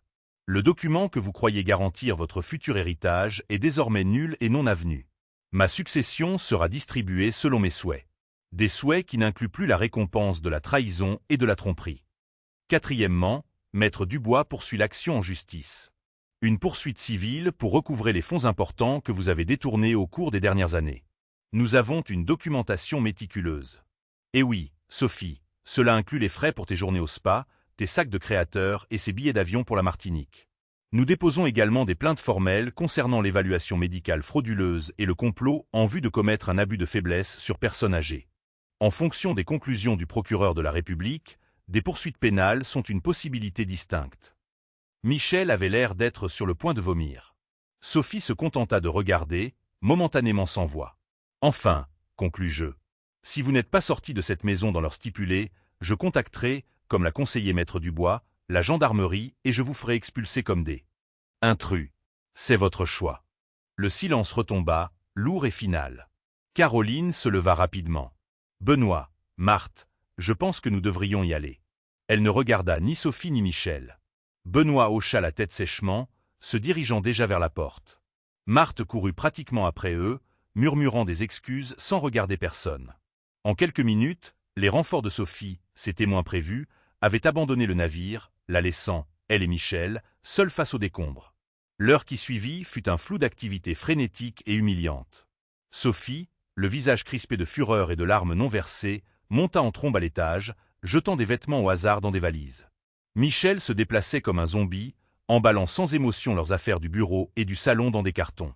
Ils se disputaient à voix basse et en colère, se rejetant la faute, se demandant ce qu'ils allaient faire maintenant, où ils iraient. Je suis simplement resté assis dans le fauteuil d'Evelyne, les regardant démanteler la vie qu'ils avaient construite sur mes fondations, pièce par pièce douloureuse. Je n'ai pas aidé. Je n'ai pas entravé. J'ai juste regardé. Ils ont essayé de prendre la grande télévision. Non, dis-je calmement. Celle-là reste. Elle a été achetée pendant que vous viviez ici, financée indirectement par moi. Sophie commença à argumenter, mais un regard vif de Michel la fit taire. Ils l'ont laissé. Ils ont essayé d'emballer la bonne argenterie. Ça aussi, ça reste, dis-je. Cadeau de mariage pour Evelyne et moi. Pas à vous. À chaque objet refusé, leur humiliation s'approfondissait. Ils partaient avec guerre plus que leurs vêtements et le poids écrasant de leurs dettes. Alors que l'heure approchait, ils traînèrent le dernier de leurs sacs et cartons jusqu'à la voiture de Michel, bourrant le coffre et la banquette arrière. Sophie refusait de me regarder, son visage un masque de pierre. Michel s'arrêta à la porte, la main sur la poignée. Commença-t-il, la voix épaisse. Garde ça pour toi, Michel, dis-je, ma voix plate, dépourvue d'émotion. Il n'y a plus rien à dire. Il tressaillit comme s'il avait été frappé, puis se tourna et sortit, fermant doucement la porte derrière lui. J'ai entendu le moteur de la voiture démarrer, les pneus crisser sur le gravier de l'allée. Et puis, le silence. Un silence profond, retentissant. La maison était de nouveau à moi. Vide, calme, paisible. Mais la victoire avait un goût étrangement creux, éclipsé par la blessure béante où se trouvait autrefois ma relation avec mon fils. Le silence qui s'est installé après le départ de Michel et Sophie était immense, plus profond que la simple absence de leurs cris et accusations. C'était le silence d'une bataille gagnée, d'un siège levé. Pour la première fois depuis des mois, peut-être des années, la maison me semblait vraiment appartenir à nouveau. Mais la victoire était silencieuse, vide. J'ai parcouru les pièces, inspectant les dégâts. Pas seulement le désordre physique qu'ils avaient laissé dans leur sillage, lampes renversées, papiers éparpillés, l'odeur persistante et écœurante du parfum de Sophie, mais le résidu émotionnel. Le fantôme de leur trahison semblait s'accrocher au mur. Mon premier appel n'a pas été pour célébrer, mais pour un serrurier. Nouvelle serrure, haut de gamme, tout refait. Fini les visites surprises. Fini de me sentir en danger dans ma propre maison. Puis est venu le nettoyage. Cela a pris 2 jours. Remplir des sacs poubelles avec les restes de leur brève des chaotiques occupations. Frotter les faibles taches sur le tapis où Sophie avait renversé du vin lors de sa crise de colère finale. Remplacer les cadres photos cassés, remettre soigneusement les photos d'Evelyne à leur juste place. C'était comme un exorcisme, purgeant la maison de leur énergie négative, réclamant mon espace, 1 mètre carré à la fois. C'était un travail difficile pour un homme de 71 ans, mais chaque surface polie, chaque coussin redressé était comme une petite victoire, un pas en arrière vers la normalité, vers la paix. Jean-Pierre Martin est passé souvent, sans être envahissant, juste pour prendre des nouvelles. Il a apporté du café, m'a aidé à remettre un lourd fauteuil à sa place d'origine. Nous n'avons pas beaucoup parlé de Michel et Sophie directement. Ils n'avaient pas besoin de demander. Je n'avais pas besoin d'expliquer. Ils s'asseyaient simplement avec moi sur le porche, regardant parfois le coucher du soleil, un silence confortable entre vieux amis qui en disaient bien plus que les mots. Son soutien discret a été une encre dans ces premières semaines désorientantes. Maître Dubois m'a tenu au courant sur le front juridique. L'action civile progressait.